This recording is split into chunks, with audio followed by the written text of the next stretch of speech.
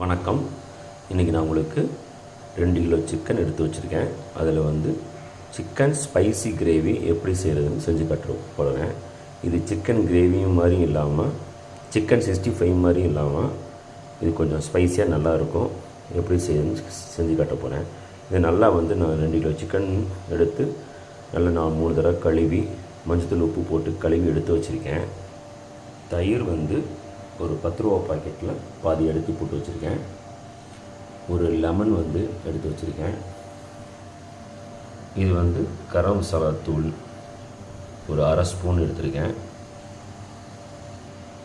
மிளகுத்தூள் ஒரு அரை ஸ்பூன், சீரகத்தூள் ஒரு அரை ஸ்பூன், சோம்புத்தூள் அரை ஸ்பூன், மஞ்சத்தூள் ஒரு அரை ஸ்பூன், மல்லித்தூள் ஒரு அரை ஸ்பூன், மிளகாத்தூள் வந்து ஒரு 2 ஸ்பூன். நீங்கள் காரத்துக்கு தகுந்தாப்பில் நீங்கள் கூட்டிக்கலாம் குறைச்சிக்கலாம். நான் ஒரு 2-2.5 ஸ்பூன் எடுத்திருக்கேன். அதில் இது சிக்கன் 65க்குன்னு உள்ள பொடி. உப்பு நம்ம தேவைக்கு தகுந்தாப்பில் எடுத்து வச்சுருக்கேன்.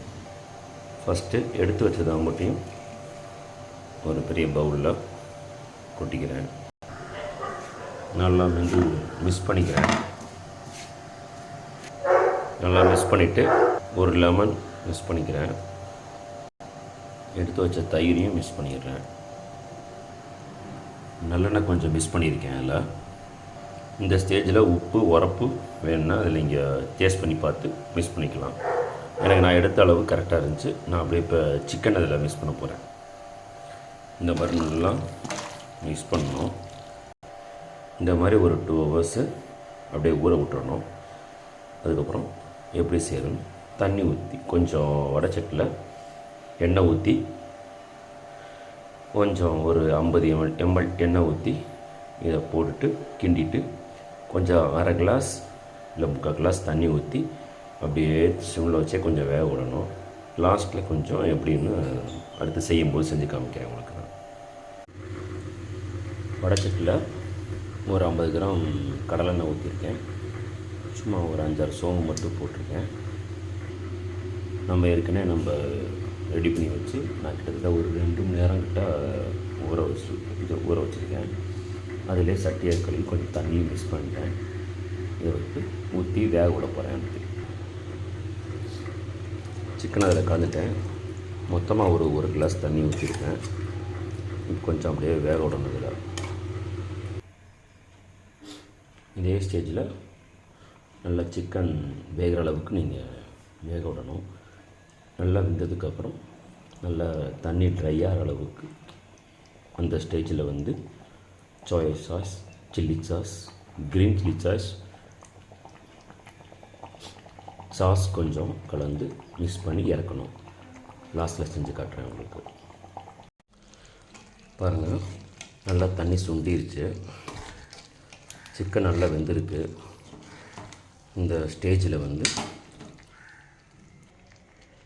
க்ரீன் சில்லி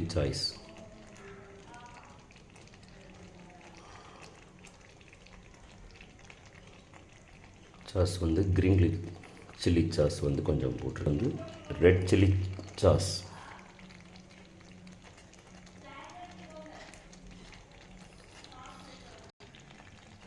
சோயா சாஸ்,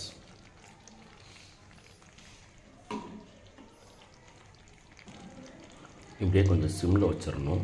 இந்த தண்ணி சிம்லேயே கொஞ்சம் ட்ரை ஆகணும்.